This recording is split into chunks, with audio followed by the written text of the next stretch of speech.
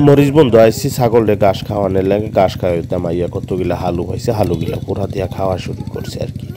আর এইগুলা খাইতে খাইতে মনে হইয়া গেল একটা গল্প, আর এই গল্পটা অত্যন্ত চমৎকার।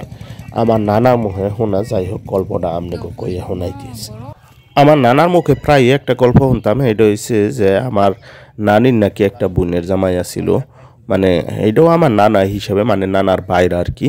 হ্যাঁ একদিনকে বেলায় বিল গেছে ফলো দিয়ে মাছ ধরতো, আর ফলো দিয়ে মাছ ধরতে গেছে অনেক ভোরবেলা গেছে। বাড়িতে যাওয়ার সময় ওনার ওয়াইফ অর্থাৎ আমার যে নানি বা নানির বোন উনি 4টা গোড়া পিঠা দিয়ে দিছিল। আর এই গোড়া পিঠা গিলা যখন মাছ ধরা মোটামুটি সকাল 10টা-11টা বাইজে গেছে, তখন মাছ ধরার বিরতি দিয়া সবাই ফলো বা বন্ধ কইরা যার যার সাথে আনা সেই টিফিন বা খাবার খাওয়া শুরু করলো।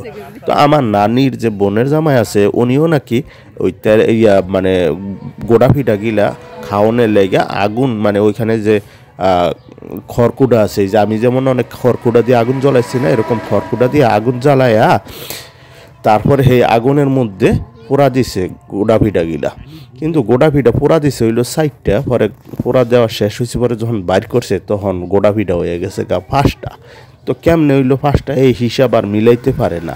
কেমনে মিলাইব, মিলানের তো কোনো রাস্তা নাই, কারণ পিঠা তো বাড়িতে লয়ে আইছে মাত্র 4টা, মানে এনো হয়ে গেল 5টা। কেমনে হইলো এটা ভাবতে ভাবতে ভাবতে ভাবতে পরে চিন্তা করলো যে যাক 4টা যখনের আনছি 5টা হয়ে গেছে, এইটা তো আর একটা ফালাই দিয়া লাভ নাই, খাওয়া শুরু করি।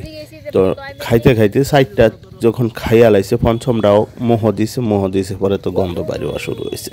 সুতরাং বুঝতেই পারছেন ব্যাপারটা, না যারা না বুঝতে পারছেন হেরা আসলে কইলেও বুঝবেন না, তারপরেও একটুনি কইয়া দেয় আর কি বাইঙ্গা।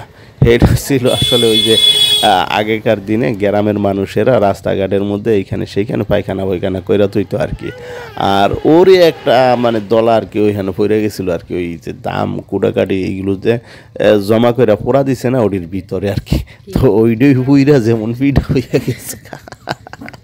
যাই হোক এই গল্পটা শুনে অনেকদিন হাসাহাসি করছি। তো আজকে যখন আমি বেলায় বিলের মধ্যে আমগো এই যে মহিষ বন্ধু আইয়া হালু পুরা দিছি, তখন এই কথাটা আবার মনে হয়ে গেছে গা। কারণ এই কথাটা মনে করে বা মাঝে মধ্যেই আমার মানে ওয়াইফ বা আমার বাচ্চা কাচ্চা বা যারা আছে তাদেরকে নিয়ে একটু আনন্দ বিনোদন করি এইগুলো কইয়া সইয়া। তো আজকে এই কথাটা মনে হওয়ার পরে সবাই আবার এই কথাটা কইয়া দিছি আর কি।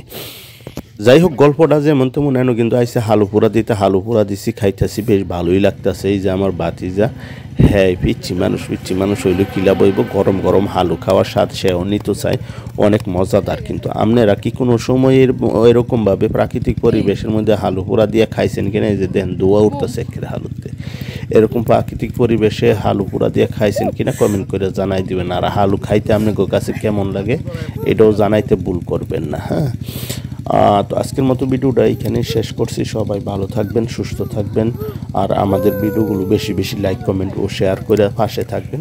সবাইকে অসংখ্য ধন্যবাদ জানিয়ে এখানে শেষ করছি। খোদা হাফেজ।